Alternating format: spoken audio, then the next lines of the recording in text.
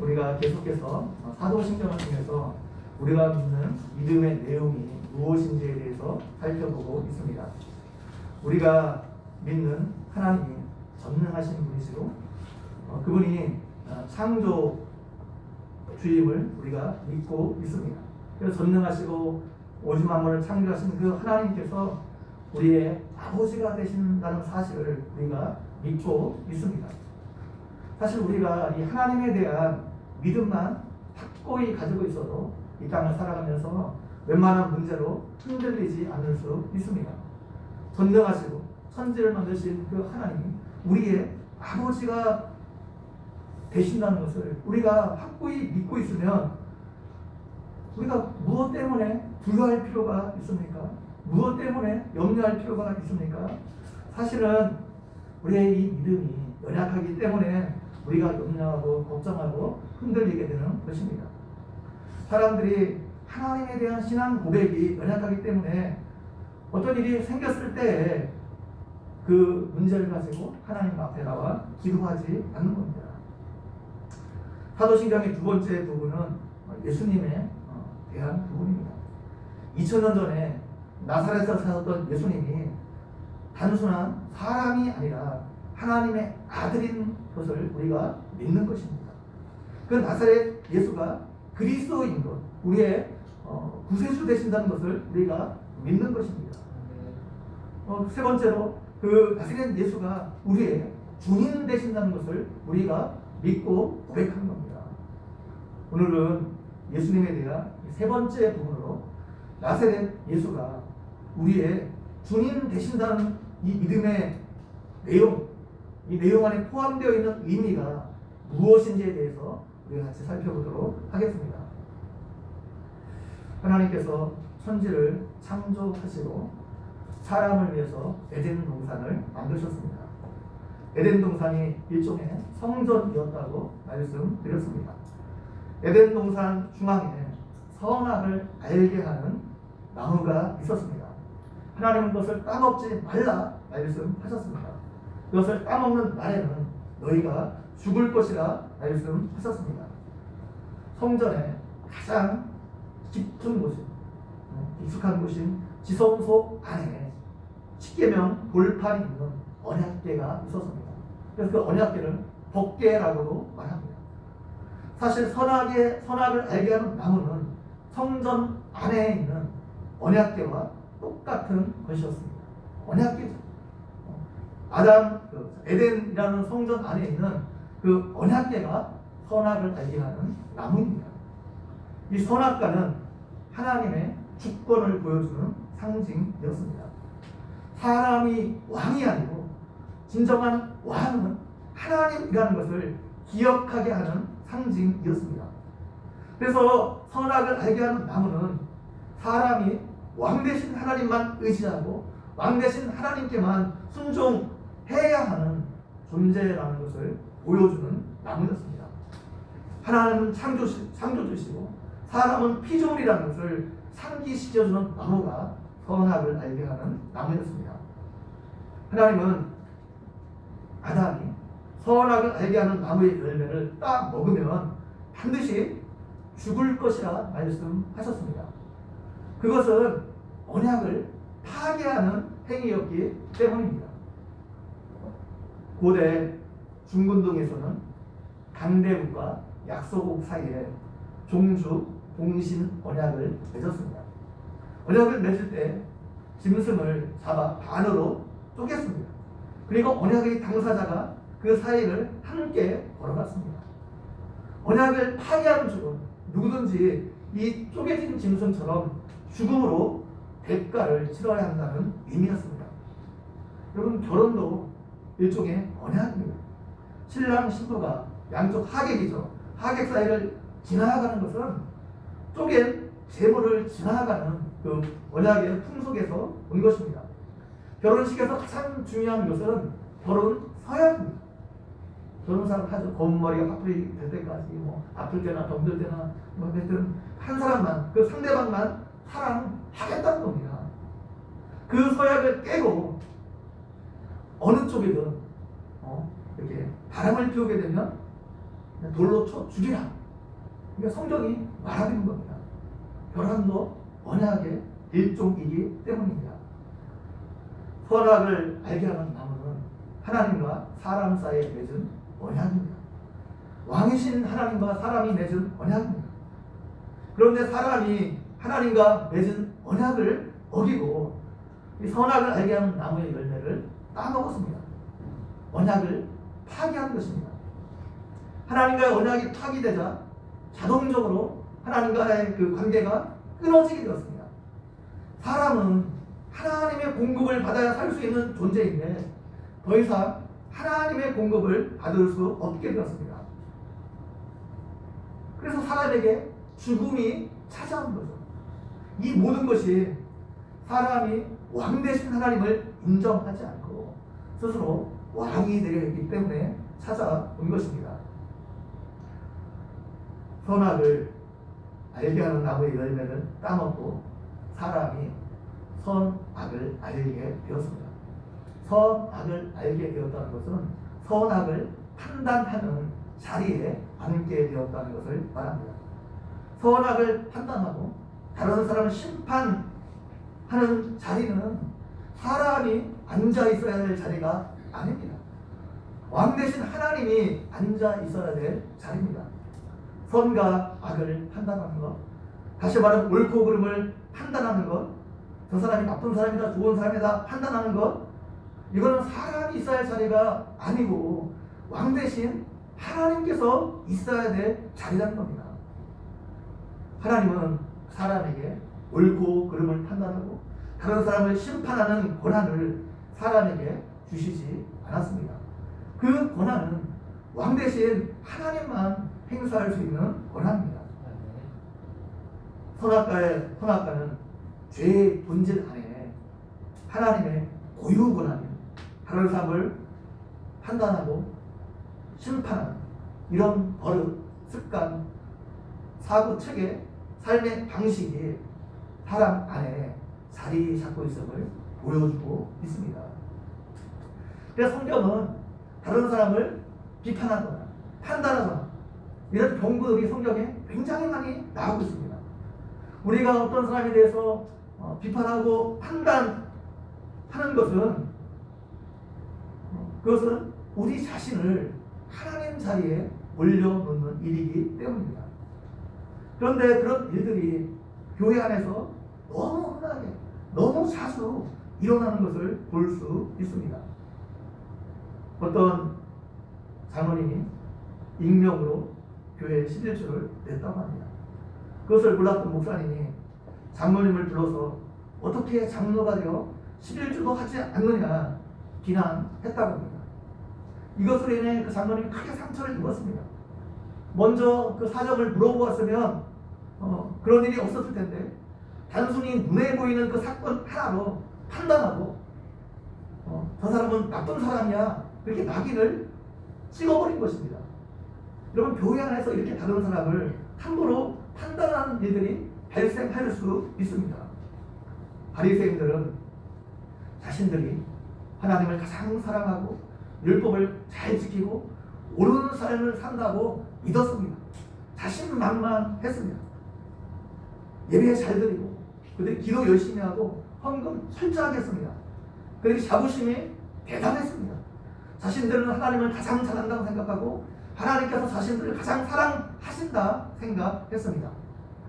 그리고 자신들처럼 하지 않는 사람들을 향해서 판단하고 비판하고 정죄했습니다. 하나님은 이런 바리새인들을 향해서 지금 하나님의 일을 하고 있는 것이 아니라 마귀의 일을 하고 있다고 말씀하셨습니다. 하나님이 가장 싫어했던 부류의 사람들이 바리새인들이었습니다. 우리가 예수님을 알아가면 알아갈수록 더 깊이 알아가면 알아갈수록 겸손한 사람이 되어야 됩니다. 다른 사람을 비판하고 판단하는 자리에 올라가 있다면 그것은 바리새인의 위치에 올라가 있는 겁니다. 하나님의 자리에 올라가 있는 겁니다. 여러분 오늘날 교회는 어떻습니까? 단순히 외적인 그런 행동만 보고 함부로 믿음이 좋다 나쁘다 판단하고 있지는 않습니까? 여러분 술 담배 하지 않고 예배 잘 나가고 헌금만 잘하면 그 사람이 믿음이 좋은 것입니까? 우리는 그런 것 가지고 그 사람의 신앙을 함부로 판단할 수 없습니다. 어떤 사람이 술 담배를 한다고 함부로 정죄해서는 안 됩니다. 11줄 하지 않는다고 정죄해서는 안 됩니다. 우리는 그 사람이 왜 그렇게 행동하게 됐는지 그 이유에 대해서 그 사람에 대해서 모든 것을 다 알지 못합니다. 그렇기 때문에 단순히 그 사건 하나 가지고 그 사람을 함부로 신앙이 좋다 나쁘다 판단하거나 정죄해서는 안 됩니다. 우리가 그렇게 하는 순간 우리는 바리새인과 똑같은 일을 하고 있는 겁니다. 우리가 어떤 사람에 대해서 알고 있는 부분은 아주 적은 부분입니다. 눈에 보이는 그 행동 하나만 우리가 알 수 있습니다. 그 사람이 어떻게 행동하게 되는지 그 동기를 우리가 알 수 없어요. 그 사람의 모든 형편에 대해서 알 수 없습니다. 그래서 그 행동 하나 가지고 그 사람을 판단하고 그리고 정죄하는 것 이거는 위험합니다. 그래서 다른 사람을 판단할 수 있는 권한을 가지고 있는 분, 그 사람을 심판할 수 있는 권한을 가지고 있는 분은 하나님 한 분밖에 없습니다. 우리가 해야 할 일은 다른 사람을 정죄하고 심판하고 판단하는 것이 아니고 서로 사랑하고 용서하고 서로를 위해서 기도해 주는 일이 우리의 하는 일입니다. 여러분 가정에서 부부싸움이 왜 일어납니까? 여러분 부부싸움이 일어나는 그 이유를 한번 잘 생각해 보십시오. 대개는 옳고 그름을 가리는 것 때문에 시작됩니다. 내 행동을 옳다는 거죠. 내 행동을 옳다는 거죠. 너는 잘못됐다는 거죠. 상대방은 잘못됐다는 거죠. 그래서 어떤 행동을 가지고 서로 판단하는 것에서부터 싸움이 시작되기 시작합니다. 여러분 부부가 가정에서 옳고 그름을 판단하기 시작하면 이제 그 가정은 천국이 아니라 지옥을 경험하게 될 것입니다. 가정은 서로의 옳고 그름을 판단하고 심판하고 정죄하는 것이 아니라 서로를 용납하고 품어주고 사랑하는 것이 가정입니다. 그리스도인이 옳고 그름을 가지고 싸우는 것은 사단의 덫에 걸려드는 것입니다. 하하가 사단의 덫에 걸려든 것처럼 우리가 그렇게 걸려드는 것입니다. 그것은 내가 하나님 자리를 넘보는 것이기 때문입니다. 하나님 자리를 넘보는 것, 하나님처럼 배려하는 것, 이것이 죄의 뿌리입니다. 아무튼 사람이 하나님께서 금하신 선악을 알게 하는 그 나무의 열매를 딱 먹고 죄를 범했습니다. 사람이 하나님을 왕으로 인정하지 않고 스스로 왕이 되려고 한 것입니다. 이로 인해 사람이 하나님과의 관계가 단절되었습니다. 죄가 들어왔고 죄로 인해 죽음이 찾아왔고 죄로 인해 사람이 마귀의 종노릇하게 되었습니다. 사람이 죄를 범한 것, 하나님을 떠나 스스로 왕이 되려고 절대 자유를 얻으려 했기 때문입니다. 그런데 죄를 범한 결과 사람이 하나님처럼 왕이 된 것도 아니고 사람이 자유를 얻은 것도 아닙니다. 오히려 죄를 범한 결과 그 죄 때문에 마귀의 종노릇 하게 되었고 마귀에게 매이게 되었습니다. 사람들은 스스로 자기의 모든 것을 결정하기 때문에 자신들은 스스로 자유롭다고 생각합니다. 근데 이 땅을 살아가는 사람들 중에 자유로운 삶을 사는 사람은 아무도 없습니다. 여러분 다 경험하잖아요. 우리가 자유롭습니까? 자유롭지 않아요. 너무나 많은 것에 우리가 매여있고 묶여 있습니다. 때로는 돈에 묶여 있고 출세에 묶여 있고 다른 사람이 인정에 묶여 있고 죽음에 묶여 있습니다. 사람들은 자신들이 자유롭다고 생각하지만 사실은 모든 사람들이 마귀에게 매여있고 묶여 있습니다. 마귀의 종노릇하고 있습니다. 제가 수요 예배 때 말씀드린 것처럼 사람에게 시간과 물질이 충분히 주어지고 내 욕심대로 내 마음대로 살게 되면 결국 사람은 자유로운 것이 아니라 중독에 빠지게 될 것입니다. 여러분, 아이들을 하고 싶은 대로 자유롭게 놔두십시오. 자신들이 하고 싶은 대로 계속 놔두게 되면 어떻게 될까요? 결국 게임 중독에 빠지게 될 것입니다. 그거는 매이는 거죠. 나중에는 내가 자유로운 것 같은데 게임을 하지 않으면 살 수 없는 존재가 돼요. 거기에 매이게 됩니다.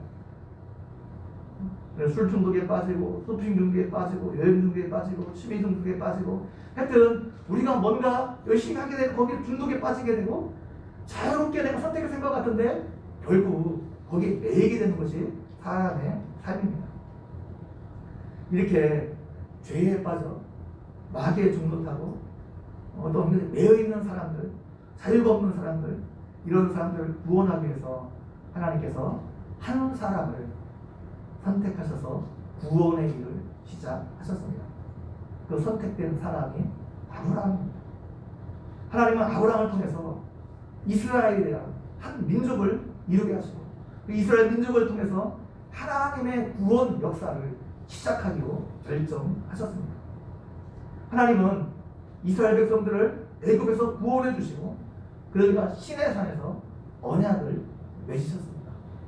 아담과 에덴 동산에서 언약을 맺으신 것처럼 그들과 시내 산에서 언약을 맺으셨습니다. 너희들이 나를 왕으로 인정하고 섬기며 하나님께서 이스라엘 백성들을 하나님의 백성 삼아주시고 하나님은 그들의 하나님이 되어주겠다. 이것이 언약의 내용이었습니다. 하나님께서 이스라엘 백성들과 언약을 맺으시고 그들에게 율법을 주셨습니다. 이 율법은 하나님의 주권의 상징이었습니다. 에덴 동산에서는 그 율법의 조항이 하나밖에 없었습니다. 선악을 알게 하는 나무 열매를 따먹지 말라는 것입니다. 그러나 시내산에서는 그 계명이 10가지 계명으로 구체화되었고 다시 613가지의 조항으로 세분화되었습니다. 이 율법을 지키면 하나님과의 그 언약 관계가 계속 이루어질 것입니다. 이 언약을 지킨다는 것은 하나님의 왕권을 인정하고 하나님이 나의 왕 되시고 나는 하나님의 종이기 때문에 그 하나님께 순종하겠다. 말씀에 순종하겠다. 그런 의미가 율법 준수에 있습니다. 이스라엘 백성들이 하나님의 왕권을 인정하고 하나님의 왕되심을 인정하고 율법에 순종함으로 하나님과의 그 언약 관계가 계속 유지되는 상태, 그 상태가 뭐예요? 하나님 나라입니다. 하나님 나라는 왕 대신 하나님의 주권이 인정되고 하나님의 뜻이 이루어지는 것이 하나님 나라입니다. 이제 구원받은 이스라엘 백성들에게 주어진 사명이 무엇입니까? 하나님을 왕으로 인정하고 하나님이 주신 율법대로 사는 겁니다. 하나님 나라를 그들이 이루는 것입니다. 이스라엘 백성들이 하나님을 왕으로 인정하고 말씀에 순종해서 살아가면 그들이 진정으로 자유로워질 수 있었습니다. 돈으로부터 자유로워질 수 있었습니다. 그들이 권력으로부터 자유로워질 수 있었습니다. 인정받는 욕구로부터 자유로워질 수 있었습니다. 그들이 모든 것으로부터 자유로운 삶을 살 수 있었습니다. 그 공동체 안에 자유가 주어질 뿐만 아니라 하나님이 주시는 진정한 기쁨이 그 공동체 안에 있을 수 있었습니다. 여러분, 율법이 613가지 항목이지만 그 항목 안에 있는 정신은 자주 말씀드렸지만 사랑입니다. 사랑. 하나님을 사랑하고 이웃을 사랑하는 겁니다. 돈을 사랑하고 권력을 사랑하고 명예를 사랑하고 이런 것 사랑하는 것이 아니라 하나님을 사랑하고 사람에게 관심을 가져야 하는 거예요. 사람을 사랑하는 겁니다. 그래서 율법의 완성은 사랑입니다. 예수님도 말씀하셨고 사도 바울도 말했죠. 율법의 완성이 사랑이다. 율법이 최종적으로 지향하는 바가 사랑이라는 겁니다. 이스라엘 백성들이 하나님의 말씀에 순종해서 그런 공동체를 만들면 다른 이방인들이 이스라엘 백성들 가운데 있는 그 하나님을 함께 보게 될 것입니다. 자신들과 다른 삶의 방식이죠. 세상의 삶의 방식과 다른 그 삶의 방식이죠. 세상의 삶의 방식은 뭐예요? 다 나 중심이잖아. 나 중심. 내가 잘 되는 거고, 내가 하강 받는 거고, 내가 높임을 받는 거고, 다 내 중심입니다. 내가 왕이 되는 삶의 방식입니다. 그런데 그 이스라엘 백성, 하나님께서 주신 그 율법은 전혀 다른 삶의 방식입니다. 그들이 전혀 자신들과 다른 삶의 방식으로 살아가게 되는 것을 보게 될 것입니다. 그것이 그들이 이방인의 빛으로서 살아가는 삶이었습니다. 하나님께서 이스라엘 백성들을 부르신 목적이 거기에 있습니다. 너희가 이방인의 빛이 되라고 말씀하셨잖아요. 이방인의 빛이 되라고. 그런데 이스라엘 백성들이 살아가면서 하나님 주신 율법을 다 지킬 수 없었습니다. 그들이 연약해서 자신들은 지킬 수 있다고 생각했어요. 그렇기 때문에 언약을 맺은 거잖아요. 목숨 걸고 맺은 거잖아요. 왜? 지킬 수 있다고 생각했기 때문에. 근데 그들이 율법의 말씀을 지킬 수 없었습니다. 그러면 하나님과 맺은 언약이 깨어지고, 언약이 깨어졌기 때문에 율법을 범한 사람은 그 언약을 어겼기 때문에 죽을 수밖에 없습니다. 이것을 방지하기 위해서 하나님께서 주신 제도가 바로 제사제도입니다. 율법을 어기고 언약을 깼기 때문에 내가 죽어야 되는데, 나 대신 짐승을 죽게 하셨습니다. 그래서 제사를 드릴 때 그 죄를 지은 사람이 직접 짐승을 잡았습니다. 제사장이 잡은 게 아니에요. 죄를 지은 사람이 직접 짐승을 잡고 짐승의 각을 떠야 됐습니다. 그 동물을 잡아 죽이면서 자신이 지은 죄에 대해서 이 죄가 얼마나 심각한지를 하나님께서 깨닫게 하셨습니다. 제사를 드리고 난 후 동물에게 죄가 다 전가되죠. 그래서 제사함을 받은 후에 다시 하나님께 나올 수 있었습니다. 언약 안에 머물 수 있게 된 것입니다. 하나님과 언약을 맺은 이스라엘 백성들이 하나님을 왕으로 모시고 하나님의 주권에 순종해서 율법에 순종해서 그 말씀대로 살았으면 좋은데 이스라엘 백성들은 그렇게 살지 못했습니다. 여러분, 그것을 보여주는 것이 이스라엘의 역사죠. 사사기, 사무엘상하, 열왕기 상하, 이 이스라엘 역사가 보여준 게 뭐예요? 이스라엘 백성들이 계속해서 하나님을 떠났다는 거예요. 하나님을 떠났다는 게 뭐예요? 말씀에 순종하지 않았다는 거예요. 율법대로 살지 않았다는 겁니다. 그들이 결국 그래서 망해 바벨론으로 포로로 잡혀가게 되었다는 겁니다. 그들이 왜 망해서 바벨론의 포로로 잡혀가지 않으면 안 되었는지를 보여주는 게 이스라엘 백성들의 역사입니다. 역사. 이스라엘 백성들이 망하게 된 것, 하나님께 제사를 안 지냈기 때문이 아닙니다. 그들이 언약의 말씀인 율법을 지키지 않고 하나님과 맺은 그 언약을 파기해버렸기 때문입니다. 율법을 지키지 않았다는 것은 그들이 하나님의 왕되심을 인정하지 않았다는 것을 말합니다. 하나님의 주권을 인정하지 않았다는 것을 말합니다. 우리가 이사야 1장 10절에서 17절 말씀 한번 읽어보도록 하겠습니다. 이사야 1장입니다.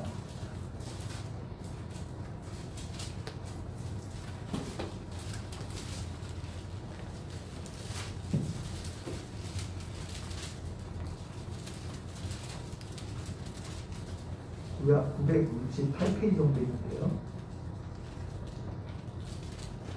이사야 1장 10절에서 17절 말씀 한번 읽어보도록 하겠습니다. 1장 1절에 17절 말씀 우리 한 절씩 교독합니다.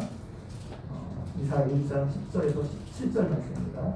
구약 968페이지 있습니다. 한 절씩 교독하면서 제가 10절 보겠습니다. 너희 소돔의 가난들아 여호와의 말씀을 들을지어다. 너희 고모라의 백성아 우리 하나님의 법에 귀를 기울일지어다.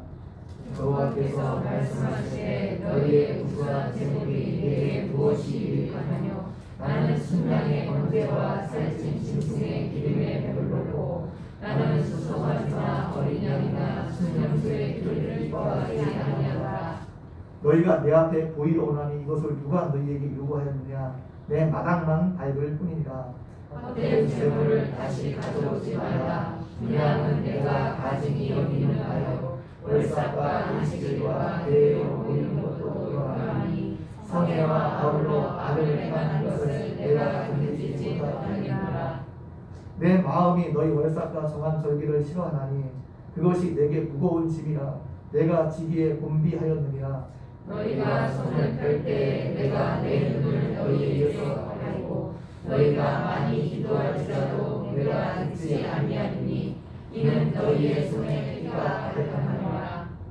너희는 스스로 씻어 스스로 깨끗하게 하여 내 목전에서 너희가 행한 행실을 버리며 악행을 그치고 선행을 배우며 정의를 구하며 학대받는 자를 도와주며 보화를 위하여 신원하며 가을 위하여 겨울하라 소천이라. 아멘.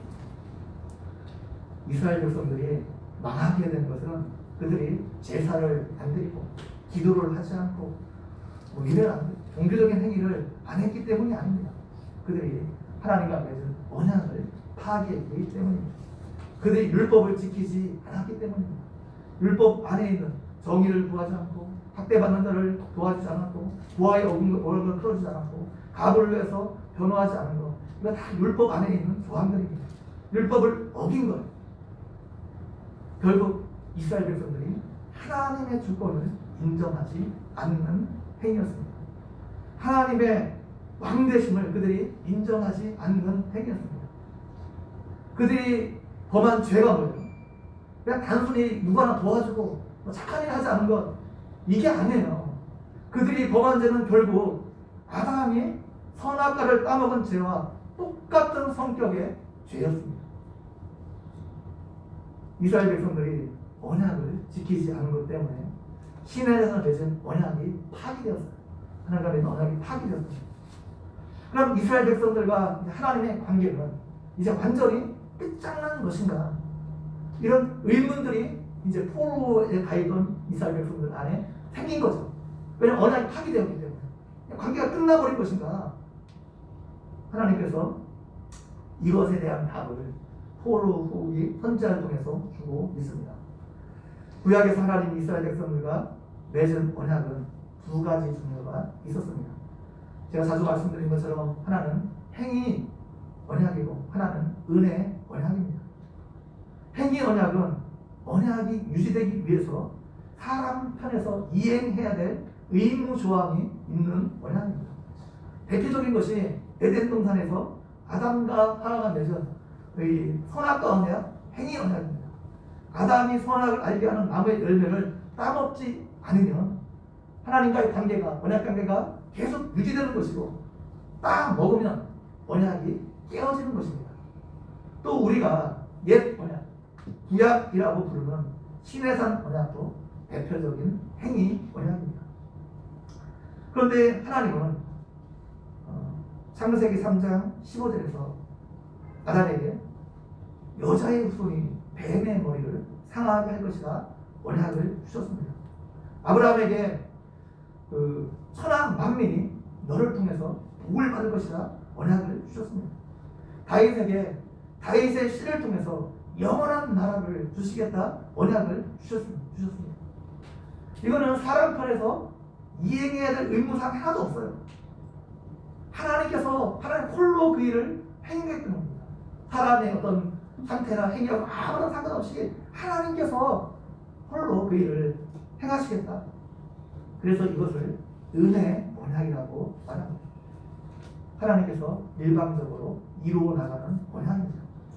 하나님은 이 은혜 언약에 근거해서 포로 후기 선지자를 통해서 새 언약을 약속하셨습니다. 구약이 아닌 옛 언약이 아닌 새 언약, 신약을 약속하셨습니다. 이 새 언약이 성취된 것이 신약입니다. 우리가 예레미야 31장 31절에서 34절 같이 한번 읽어보도록 하겠습니다. 예레미야 31장 31절에서 34절 말씀입니다.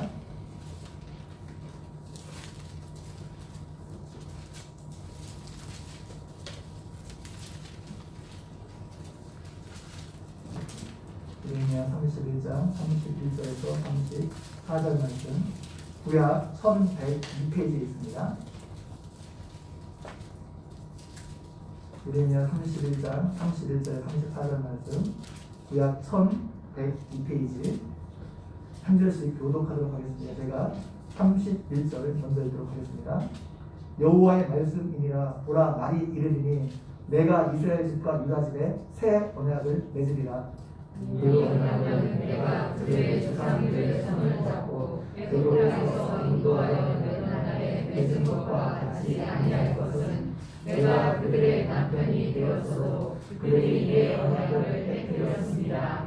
여호와의 말씀이니라. 그러나 그날 후에 내가 이스라엘 집과 맺을 언약은 이러하니 곧 내가 나의 법을 그들의 속에 두며 그들의 마음에 기록하여 나는 그들의 하나님이 되고 그들은 내 백성이 될 것이라. 여호와의 말씀이니라. 그들이 다시는 각기 이웃과 형제를 가르쳐 이르기를 너는 여호와를 알라 하지 아니하리니 이는 작은 자로부터 큰 자까지 다 나를 알기 때문이라. 내가 그들의 악행을 사하고 다시는 그 죄를 기억하지 아니하리라. 여호와의 말씀이니라. 아멘. 새 언약과 옛 언약의 목표는 똑같습니다. 하나님이 그들의 하나님이 되고 그들은 하나님의 백성이 되는 겁니다. 하나님께서 그들의 왕이 되는 겁니다. 왕이 되는 겁니다. 옛 언약에서는 하나님의 법인 그 율법이 돌판에 있었습니다. 그런데 새 언약에서는 하나님께서 하나님의 법을 우리의 마음판에 새기겠다 말씀하셨습니다. 그리고 옛 언약에서는 제사함을 위해서 동물 제사가 필요했습니다. 그런데 새 언약에서는 하나님께서 죄의 문제를 친히 해결해 주시겠다 약속하고 있습니다. 34절에서 내가 그들의 악행을 사하고 다시는 그 죄를 기억하지 아니하리라 말씀하고 있습니다. 그래서 더 이상 죄의 문제 때문에 우리가 율법을 어긴 것 때문에 짐승이 죽을 필요가 없어졌습니다.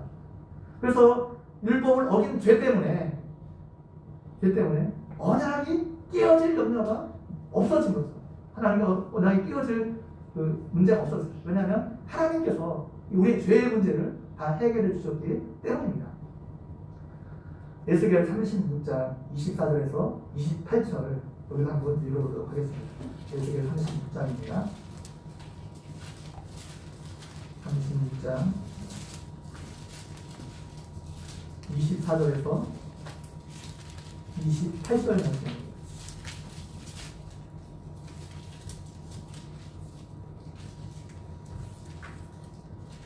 구약 1208페이지 있습니다. 1208페이지. 에스겔 36장 24절에서 28절 한 절씩 교독하도록 하겠습니다. 제가 에스겔 36장 24절 먼저 읽습니다. 내가 너희를 여러 나라 가운데서 인도하여 내고 여러 민족 가운데서 모아 데리고 고국 땅에 들어가서 맑은 물을 너희에게 뿌려서 너희로 정결하게 하되 곧 너희 모든 더러운 것에서 모든 우상 숭배에서 너희를 정결하게 할 것이며 또 새 영을 너희 속에 두고 새 마음을 너희에게 주되 너희 육신에서 굳은 마음을 제거하고 부드러운 마음을 줄 것이며 또 내 영을 너희 속에 두어 너희로 내 율례를 하게 하리니 너희가 내 규례를 지켜 행할지어다. 같이 읽습니다. 내가 너희 조상들에게 준 땅에서 너희가 거주하면서 내 백성이 되고 나는 너희 하나님이 되리라. 아멘. 에스겔서는 뭐라고 말씀하고 있습니다? 뭐라고 있습니까? 새 마음을 주고 새 영을 주셔서 우리가 하나님의 규례를, 하나님의 법을 지킬 수 있게 해 주시겠다는 거예요. 새 마음을 주겠다는 건 뭐예요? 우리를 완전히 새로운 존재로 만들어 주겠다는 거예요. 새로운 피조물로 만들어 주겠다는 겁니다. 그래서 우리가 전혀 새로운 존재로 하나님께서 우리를 만드셔서 이제 하나님의 규례를 지키는 백성이 되게 해 주겠다는 거예요. 그리고 또 우리에게 성령을 주셔서 하나님의 영을 부어 주셔서 어떻게 해요? 그 말씀대로 살 수 있도록 해 주겠다는 거예요. 우리의 힘이 아니라, 우리의 능력이 아니라 성령의 능력으로 우리가 하나님의 규례를 지킬 수 있도록 해 주겠다는 겁니다.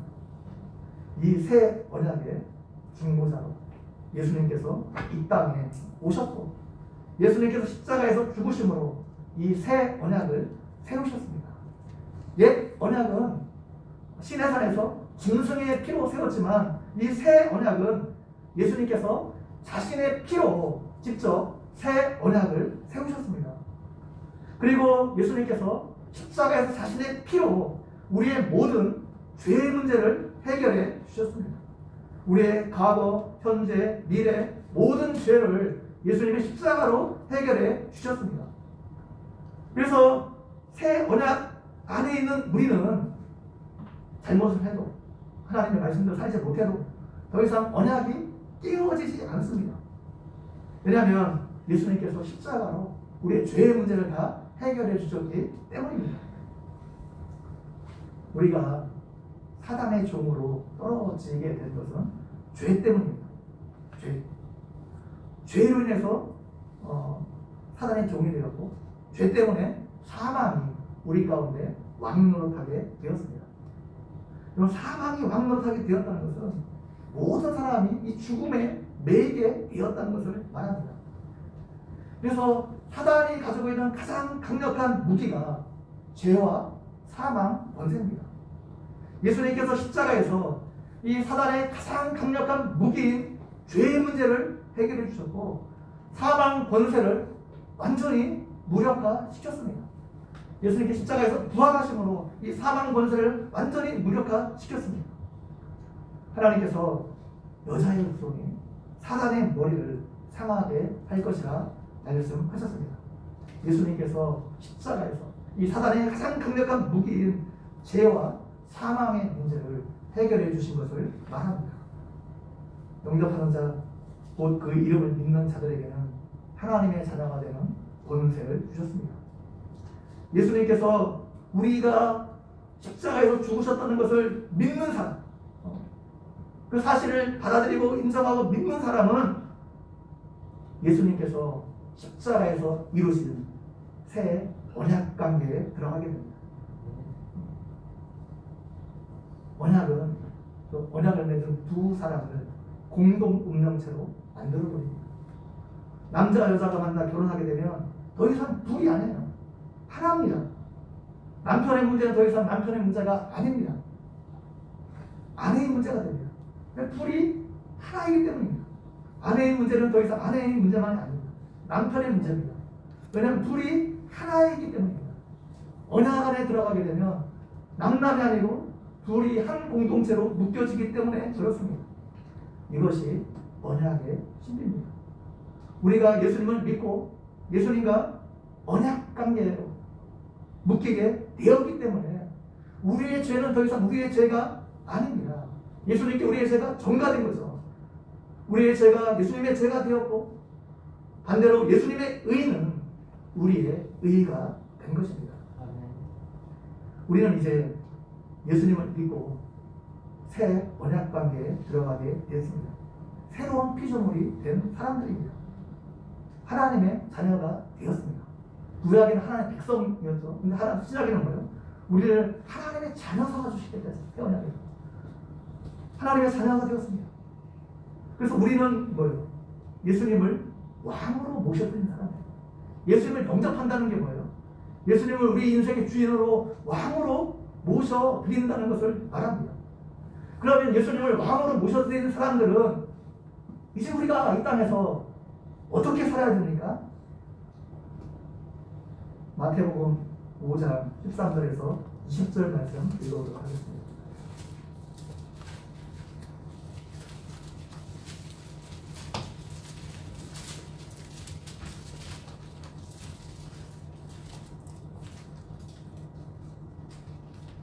마태복음 5장 13절에서 20절 말씀입니다. 5장 13절 20절 말씀 제가 13절 먼저 읽습니다. 교독하려고 합니다. 너희는 세상의 소금이니 소금이 만일 그 맛을 잃으면 무엇으로 짜게 하리요. 후에는 아무 쓸데없어 다만 밖에 버려져 사람에게 밝힐 뿐이니라. 너희는 세상의 빛이라 산 위에 있는 동네가 숨겨지지 못할 것이요 사람이 등불을 켜서 말 아래 두지 아니하고 등경 위에 두나니 이러므로 집안 모든 사람에게 비치느니라. 이것이 너희 빛이 사람 앞에 빛이 하여 그들로 너희 착한 행실을 보고 하늘에 계신 너희 아버지의 영광을 누리게 하라. 내가 율법이나 선지자를 폐하려 온 줄로 생각하지 말라. 폐하려 온 것이 아니요 완전하게 하려 함이라. 진실로 너희에게 이르노니 선지가 없어지기 전에는 율법의 1.1도 결코 없어지지 아니하고 다 이루리라. 그러므로 누구든지 이 계명 중에 지극히 작은 것 하나라도 버리고 또 그같이 사람을 가르치는 자는 천국에서 지극히 작다 일컬음을 받을 것이요 누구든지 이를 행하며 가르치는 자는 천국에서 크다 일컬음을 받으리라. 내가 너희에게 이르노니 너희 의와 서기관과 바리새인보다 더 낫지 못하면 결코 천국에 들어가지 못하리라. 아멘. 5장 우리 12절까지는 팔복에 대해서 말씀해 주고 있습니다. 팔복은 예수님을 믿고 새 피조물이 된 사람의 상태에 대해서 말해주고 있습니다. 구원받은 사람의 상태에 대해서 말해주고 있습니다. 그러면서 이제 17절, 20절까지는 그냥 구원받은 사람이 어떻게 살아야 되는가 그에서 말해주고 21절 말씀부터는 뭐예요? 다시 예수님께서 율법을 재해석주고 있습니다. 구약의 율법을 재해석, 옛사람에게 말한다. 이거는 모세에게 말하는 구약의 율법을 말해요. 21절부터 쭉 그 율법이 재해석해 주면서 너희는 그럼 어떻게 살아야 되는지 쭉 7장 마지막까지 쭉 이야기해 주고 있습니다. 그리고 그러면서 뭐예요? 그리스도인들이 어떻게 살아야 되는지 쭉 말해주고 있는 다음에 그 다음에 결론적으로 예수님께서 말씀해 주고 있습니다. 마태복음 7장 20절에서 27절까지 한번 교독해 보겠습니다. 마태복음 20장 마태복음 7장 20절에서 27절 말씀. 마태복음 7장 20절에서 27절 말씀. 같이 한번 한 절씩 교독하도록 하겠습니다. 제가 마태복음 7장 20절 먼저 읽습니다. 이러므로 그들의 열매로 그들을 알리라. 나도 주여 주여 하는 자마다 다 천국에 들어갈 것이 아니요 다만 하늘에 계신 내 아버지의 뜻대로 행하는 자라야 들어가리라. 그날에 많은 사람이 나더러 이르되 주여 주여 우리가 주의 이름으로 선지자 노릇하며 주의 이름으로 귀신을 쫓아내며 주의 이름으로 많은 권능을 행하지 아니하였나이까 하니 그때 내가 그들에게 가르치지 말하되 내가 너희를 도무지 알지 못하니 불법을 행하는 자들아 내게서 떠나가라 하리라. 그러므로 누구든지 나의 이 말을 듣고 행하는 자는 그 집을 다른 서구에 지은 지혜로운 사람 같으니 비가 내리고 장수가 나고 바람이 불어 그 집에 부딪히되 무너지지 아니하니 이는 기초를 다른 서구에 놓은 까닭이요. 나의 이 말을 듣고 행하지 아니하는 자는 그 집을 모래 위에 지은 어리석은 사람 같으리니 비가 내리고 장수가 나고 바람이 불어 그 집에 부딪히매 무너져 그 무너짐이 심하리라. 아멘. 비가 나고 창수가 나는 때는 언제입니까? 마지막 종말의 때를 말합니다. 하나님이 심판하실 때를 말합니다.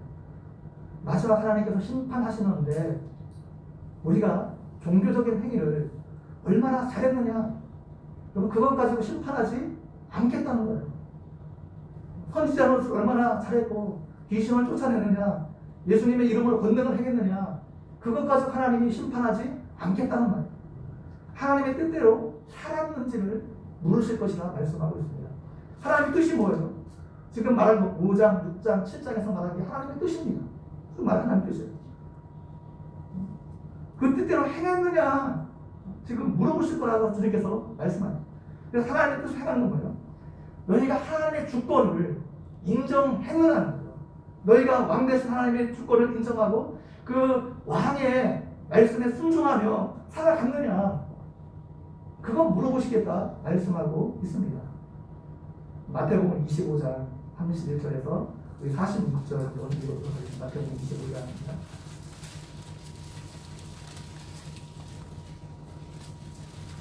마태복음 25장 31절에서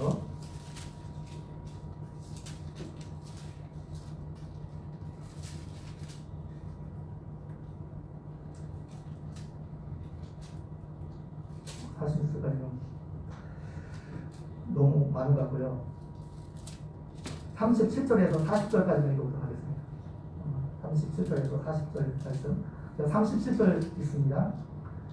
이에 의인들이 대답하여 이르되 주여 우리가 어느 때에 주께서 줄이신 것을 보고 음식을 대접하였으며 목마르신 것을 보고 마시게 하였나이까 어느 때에 마른 계신 것을 보고 온전하였으며 헐벗은 것을 보고 몸이 편하였나이까 어느 때에 병드신 것이나 옥에 갇힌 것을 보고 가서 배웠나이까 하니 이는 대답하여 이르시되 내가 진실로 너희에게 이르노니 너희가 여기 내 형제 중에 지극히 작은 자 하나에 있는 것이 곧 내게 하는 것이라 하시고 지금 31절에서 46절까지는 마지막 심판 때 이야기하고 있습니다. 하나님께서 이제 모든 사람들을 다 불러내시고 그래서 마지막 때가 되면 이제 예수님 믿지 않는 사람도 부활할 것이고 믿는 사람도 다 부활할 것입니다. 일체로 부활해서 이제 예수님 앞에서 심판받는 모습입니다.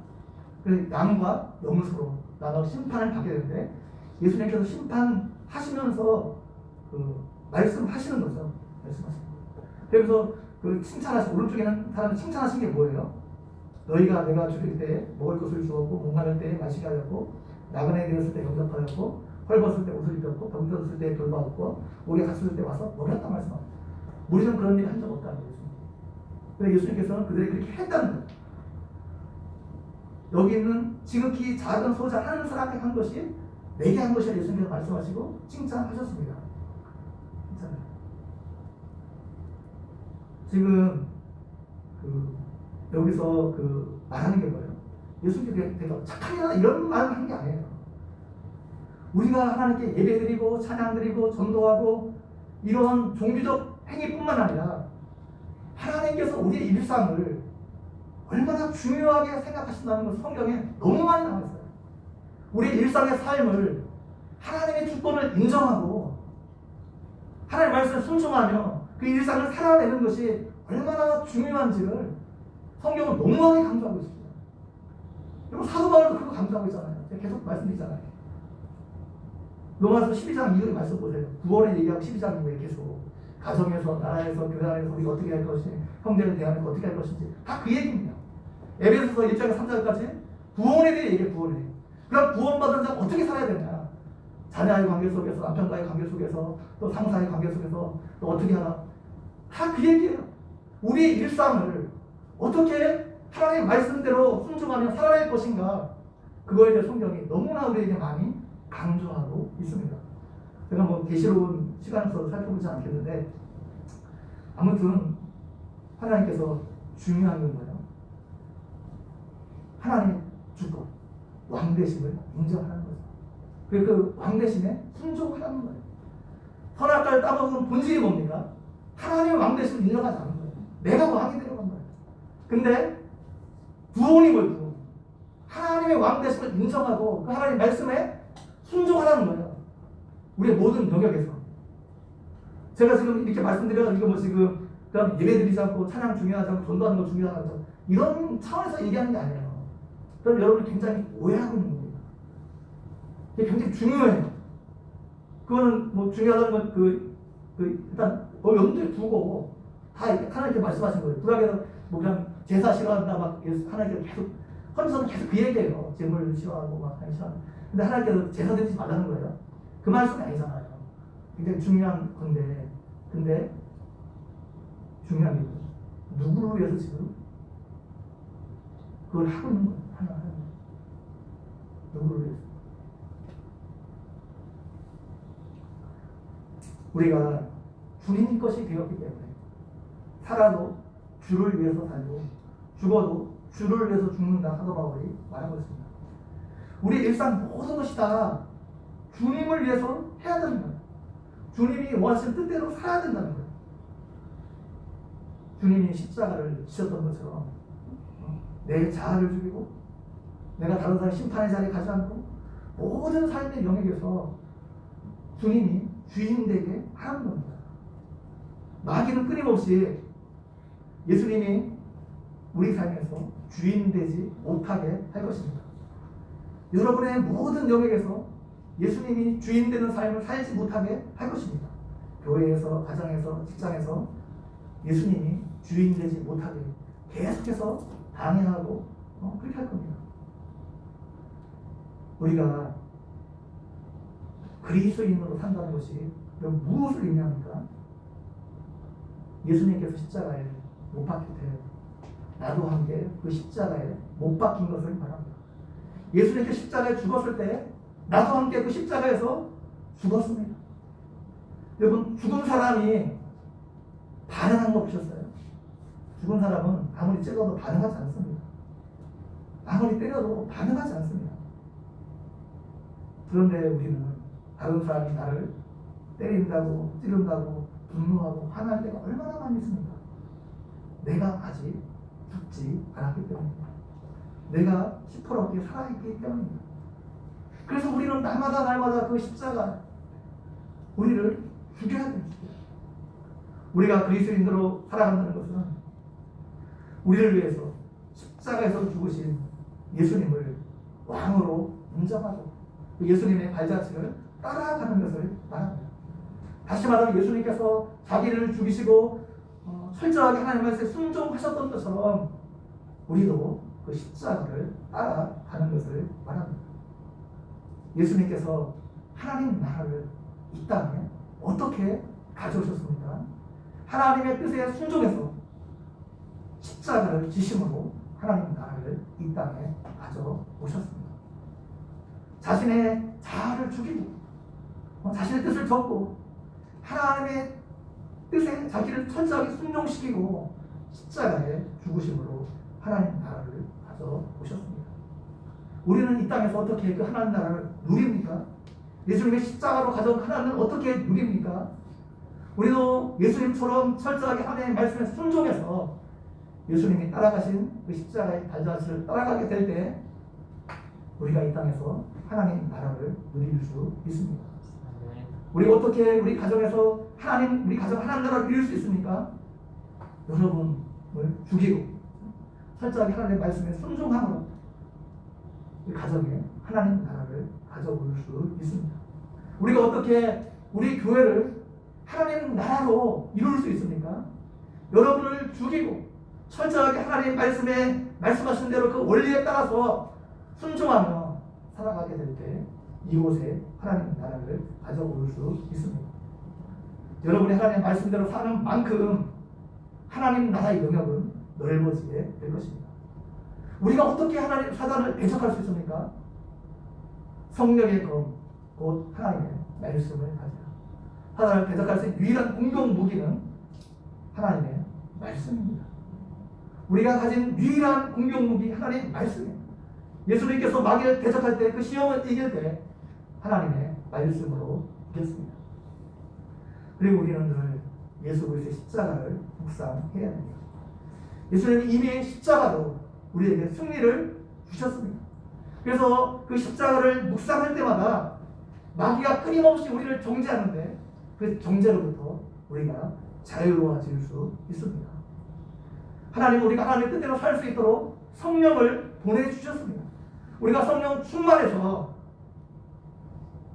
성령을 의지하게 될 때 하나님의 뜻대로 이 땅에서 살아갈 수 있습니다.